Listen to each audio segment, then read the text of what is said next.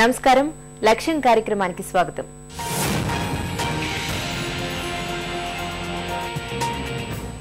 Engineering మెడిసిన్లతో పాటు ఇటీవల commerce management కోర్సులకు డిమాండ్ పెరిగింది. చాలా మంది విద్యార్థులు సిఏ, ఎంబీఏ వంటి కోర్సులు చేయడానికి మొగ్గు చూపిస్తున్నారు. అదే కోవలో సిఎస్ కంపెనీ సెక్రటరీ కోర్సు చేరింది. వ్యాపార వాణిజ్య రంగాలు రోజురోజుకి విస్తరిస్తున్న ప్రస్తుత పోటీ ప్రపంచంలో కంపెనీ సెక్రటరీల అవసరమూ పెరిగింది. అభ్యర్థులు తక్కువ, అవకాశాలు ఎక్కువ అన్న నేపథ్యంలో సిఎస్ కోర్సు చేసే విద్యార్థులు కెరీర్ ఎలా ఉంటుంది, సిఎస్ కోర్సు చేసే విద్యార్థులు ఎలాంటి అవగాహన కలిగి ఉండాలి, ఈ కోర్సుపై ఉన్న అపోహలు వాస్తవాలు ఏమిటి అన్న అంశాలను ఇవాల్టి గమ్యంలో తెలుసుకుందాం.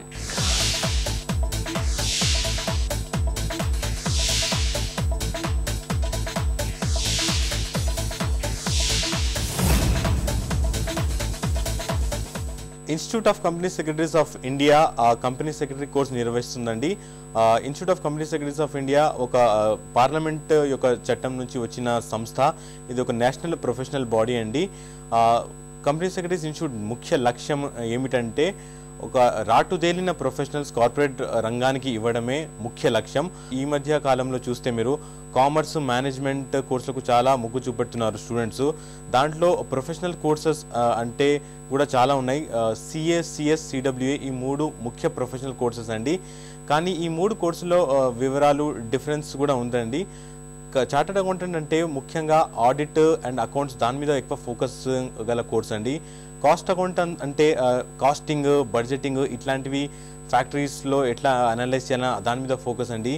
కంపెనీ సెక్రటరీ కోర్స్ అయితే ఒక ముఖ్యంగా ఏంటంటే ఒక సమూహారం అండి. It's a combination of law and ఆర్థిక మరియు న్యాయ మరియు మేనేజ్మెంట్ అన్ని కలిపి ఒక కోర్స్ ఉంటుందండి. సిఎస్ అనేవాడు ఒక కంపెనీకి ఒక ముఖ్యమైన సలహాదారుడు. అతను చాలా రంగాల్లో అడ్వైజర్స్ మేనేజ్మెంట్కి ఇవ్వాల్సి వస్తుందండి. ఈ course institute of company secretary ఒక 68 చాప్టర్స్ మొత్తం దేశంలో ఉందండి. ఆ చాప్టర్స్ నుంచి నిర్వహించబడుతుందండి.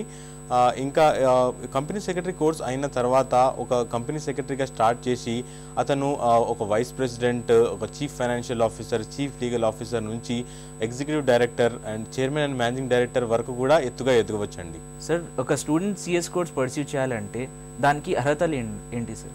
కోర్సు చేయడానికంటే రెండు లెవెల్స్ ఉంటాయండి. ఫౌండేషన్ లెవెల్ అని and executive and professional level.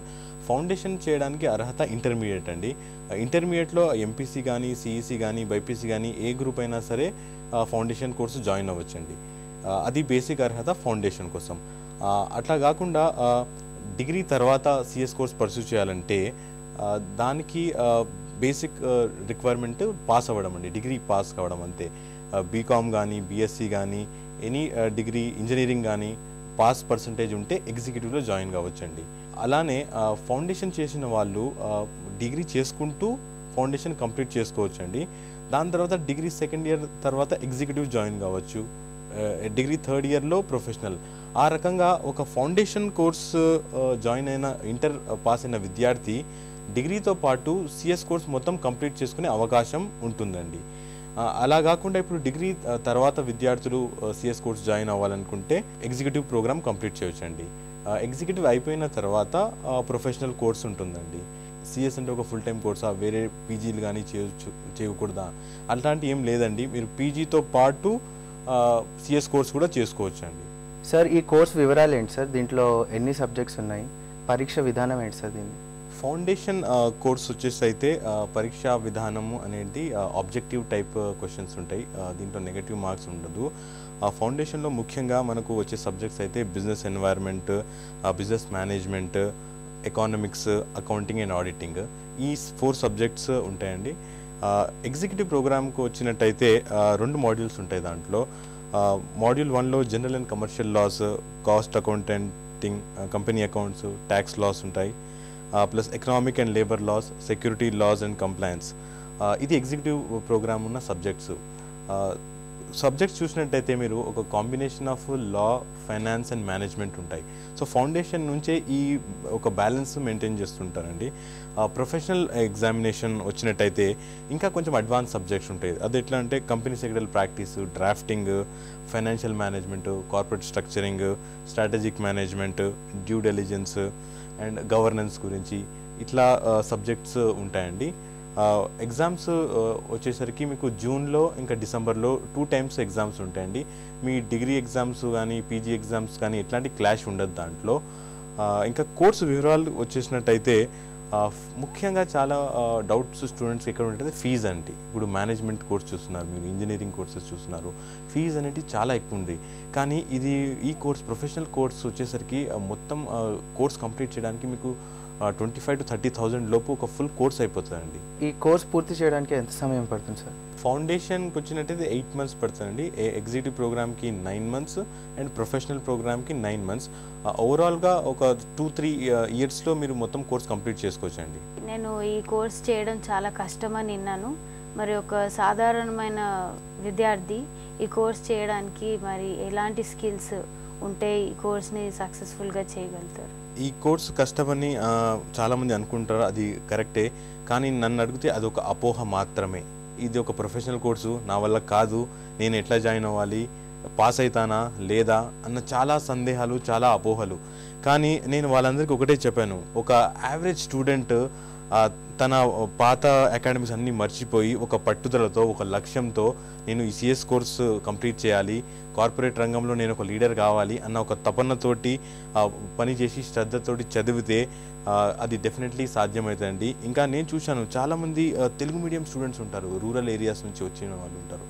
వాళ్ళకైతే ఇంకా చాలా అపోహ, అరే నేను తెలుగు మీడియం స్టూడెంట్ని, నాకు అసలు ఈ పెద్ద పెద్ద కోర్సులు, కార్పొరేట్ కోర్సులు ఎట్లా చేయగలుగుతాను అన్న ఒక పెద్ద మిథ్య. చాలామంది చూశాను నేను, వాళ్ళందరూ రూరల్ విలేజ్ బ్యాక్గ్రౌండ్, కానీ ఇప్పుడు చూసినట్టయితే వాళ్ళు పెద్ద పెద్ద కంపెనీల్లో కంపెనీ సెక్రటరీగా, చీఫ్ ఫైనాన్షియల్ ఆఫీసర్గా, మేనేజింగ్ డైరెక్టర్గా ఎదిగిన వాళ్ళు చాలామంది ఉన్నారండి.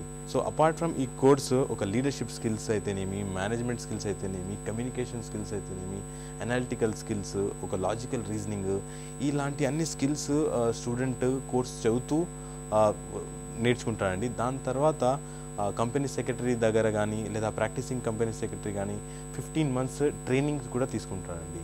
సో ఈ ట్రైనింగ్ ప్లస్ ఈ కోర్స్ కంప్లీట్ అయిపోయిన తర్వాత ఒక రాటుదేలిన కార్పొరేట్ ప్రొఫెషనల్ మనకు కంపెనీ సెక్రటరీ కోర్స్ అందిస్తుందండి. సిఎస్ అంటే కంపెనీ సెక్రటరీ, ఈ రోలే కాకుండా మాకు ఇంకేమైనా రోల్స్, ఇంకేమైనా ఆపర్చునిటీస్ ఉంటాయా ఫ్యూచర్లో?